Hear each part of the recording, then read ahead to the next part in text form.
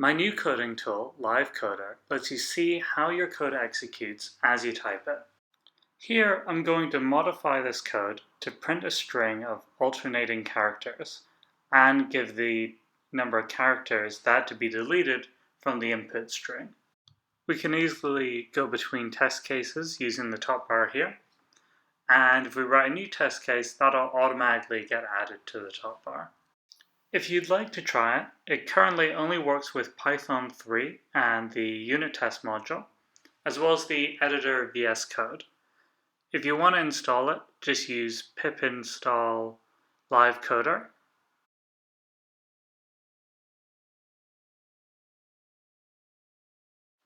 And be sure to start the server using the livecoder command every time you want to use it. And to get on VSCode, make sure you type in livecoder.fraser and then click on the extension at the bottom.